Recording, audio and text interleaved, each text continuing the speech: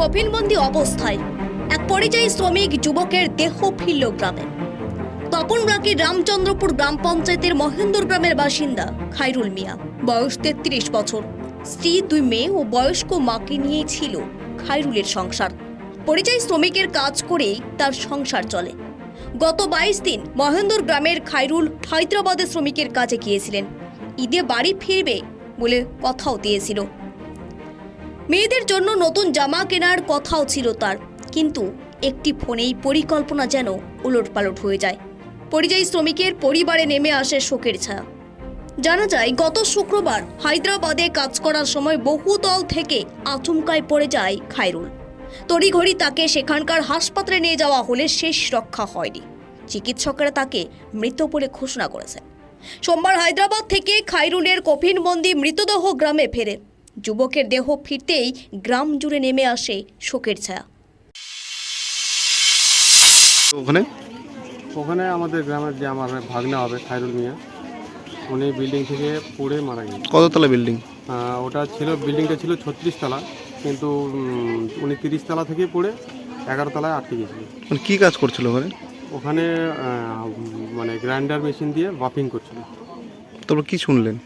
তো এবার ওই সময় ঠিক লাঞ্চ টাইম, আমি ওপর বিল্ডিং থেকে নেমে এসে খাওয়ার জন্য খাওয়া থালের মধ্যে তুলে নিয়ে রুমের মধ্যে যাচ্ছি। এই সময় খবর আসলো যে একটা লোক বিল্ডিং থেকে পড়ে গেছে।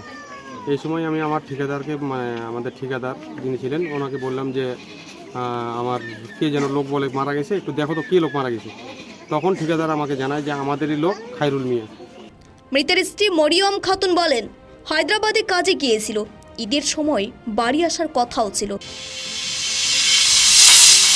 কোথায় গিয়েছিল? বাইরে কাজ করতো।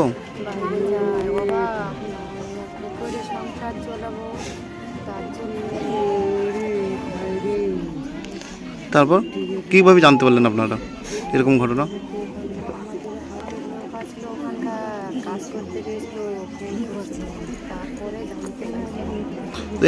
এ বিষয়ে মৃতের মামা মতিউর মণ্ডল জানিয়েছেন, খায়রুল ইসলাম বাইরে যায় কাজ করতে, অভাবে তারা নয়। কোথায় সেটা? সেটা হায়দ্রাবাদে আমি শুনেছি। হায়দ্রাবাদ শুনে যায় এক পল্লীতে কাজ করতে।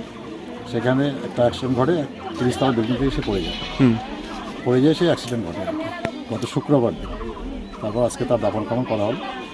যদি আমাদের রাজ্যে যদি 100 দিনের কাজটা থাকতো, তাহলে হয়তো এরকম লেবারও যেত না খায়রুলের মতো। আরও আমরা চাই যে এখানে 100 দিনের কাজ শুরু হয়ে যাক, আর লেবারও যেন কাউকে অকালে যেন প্রাণ নিতে না হয়, এটা আমাদের বক্তব্য। দক্ষিণ দিনাজপুর থেকে সীমান্তের কথার বিশেষ রিপোর্ট।